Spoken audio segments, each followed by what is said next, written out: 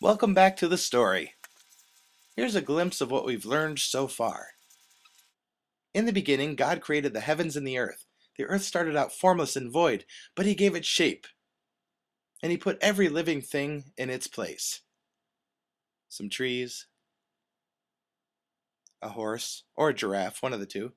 Some water and fish, more trees and shrubs. There's a cow, I think. And He made some A's, or mountains. The people He created failed to obey Him, though, and as they increased in number, they also grew more wicked until God decided to wipe them out in a huge flood. He saved only one man and his family. That was Noah. And there's a beautiful rainbow. After the flood, the population grew once more, and after several generations, we came to the story of Abraham and Sarah. They had had no children and were too old to expect any, yet God promised them from them He would build a great nation. God kept His promise. Sarah, in her old age, gave birth to a son and named him Isaac. Isaac married and had twin boys, Jacob and Esau. Jacob married and had 12 boys, eventually 13 of his boys of his own, but he played favorites and he loved his son, Joseph, more than the others, and he gave him a special, beautiful, colorful coat as a gift. His 11 older brothers were jealous and they ripped his coat off and threw him in a pit, and sold him to slave traders. Joseph was sold to an Egyptian official, and though he did everything right, the man's wife accused him falsely of improper behavior, and he was sent to jail. Even in prison, Joseph was recognized as a special man and a hard worker. And so it was when Pharaoh had some very troubling dreams. It was Joseph who was called upon to interpret them. He explained that there would be 7 years of plenty, which would give the nation time to prepare for 7 years of terrible famine.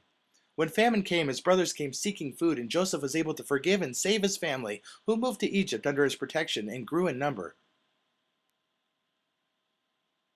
Eventually, Joseph died, and the new king didn't remember what he had done for Egypt.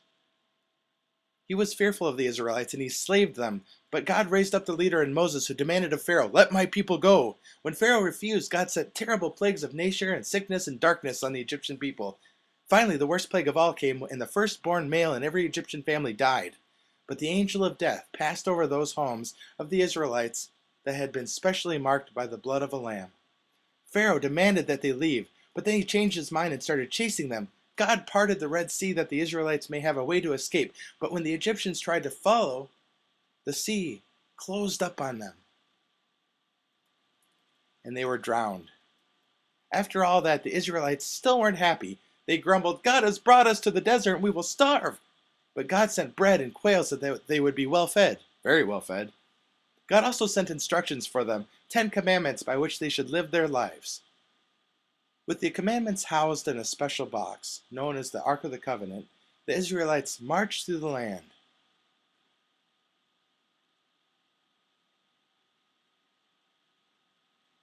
They marched through the land and they conquered Jericho and other cities by means that were often nothing short of miraculous. There's the Ark of the Covenant, there's Jericho, and the people shouting, and the walls crumbled, and the walls fell.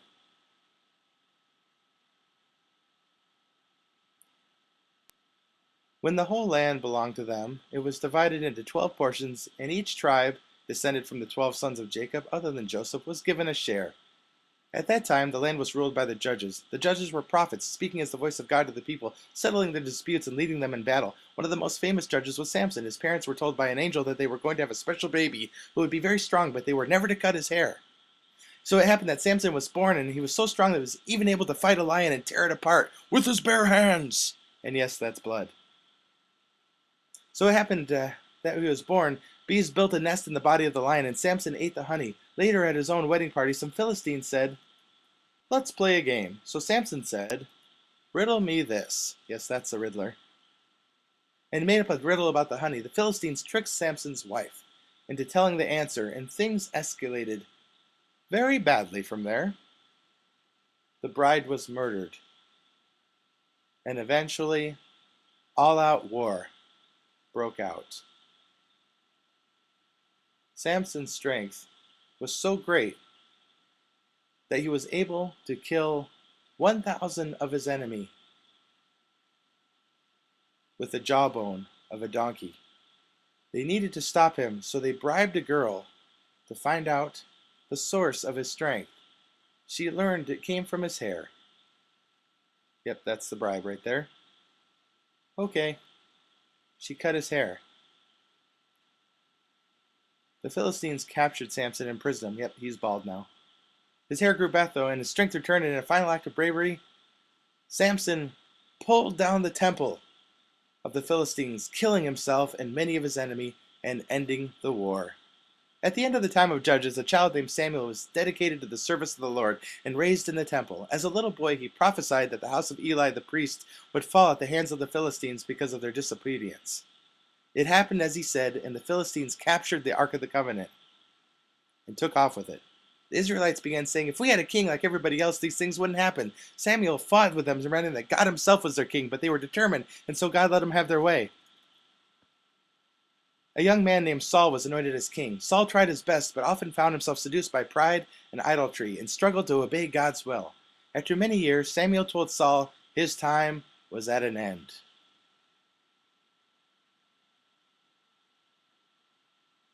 And he's pointing at the new king. Saul, having enjoyed the perks of high office, would not go without resistance.